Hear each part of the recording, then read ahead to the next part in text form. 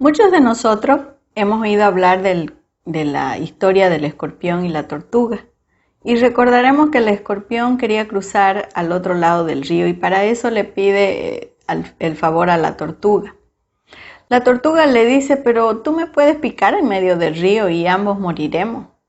Pero el escorpión le responde, voy a ir en tu coraza para no herirte. La tortuga accede y en medio del río el escorpión la pica en el cuello. La tortuga le reclama de por qué hizo eso, a lo que el escorpión responde, así es mi naturaleza. Hemos tenido la tendencia a creer que cuando nosotros ayudamos a otras personas nos convertimos en héroes, sin pensar que causamos más daño que ayuda. ¿Por qué hablamos de daño? Porque como pudimos apreciar en el cuento de la tortuga y el escorpión, al final ambos terminan heridos. No podemos negar que el ser humano por naturaleza es interdependiente entre sí, necesita relacionarse con otros y entrar en esta dinámica del dar y recibir. Y es pensando en esto que nos parece importante el informarnos de algunos conceptos y definiciones que nos pueden ayudar a interactuar de mejor manera. Hoy hablaremos de la dependencia y la codependencia. La dependencia reside en que depositamos nuestra fuerza y energía fuera de nosotros, en algo o alguien. Nos privamos de nuestro poder al situarlo en aquello en lo que estamos confiando. La dependencia no nos permite tener autonomía propia. Al quedar nuestro poder situado en el exterior, perdemos también el control de nuestras emociones. No vamos a profundizar en ese tema, pero sí en el siguiente, que es la codependencia.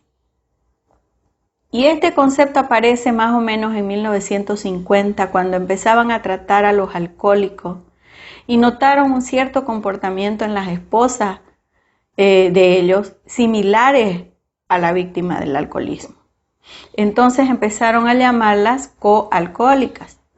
En los años 70, con el aumento de uso de sustancias químicas, se usó el término co, que quiere decir al lado de o junto a, para identificar a las personas que acompañaban a los pacientes consumidores de estas sustancias químicas nocivas para la salud. Cabe señalar que si bien estas personas estaban al lado de alguien ayudándole, esta ayuda resultaba siendo nociva para ambos. Y esto nos alerta a entender a que esta ayuda perjudicial resulta no ser tan altruista como se tiende a pensar y no es de beneficio para ninguno de los dos. Ahora, ¿cuál es el perfil de una persona codependiente? Vamos a ver algunas características. Por ejemplo, tienen bajos niveles de autoestima, mucha necesidad de sentirse aceptados y valorados, son altamente sensibles a la crítica de otros. Su fuerza reside en la fortaleza frente a las personas débiles. Se sienten seguros al estar al lado de ellos porque se sienten necesitados. Una tendencia a sentirse culpables e inseguros y no saben poner límites saludables y adecuados con relación a los demás. ¿Cuáles son las consecuencias de este comportamiento? Las consecuencias son de tres tipos. Las consecuencias emocionales, que llegan con ansiedad, frustración, tristeza, soledad, desvalorización, cuando el otro no acepta su ayuda. Consecuencias sociales.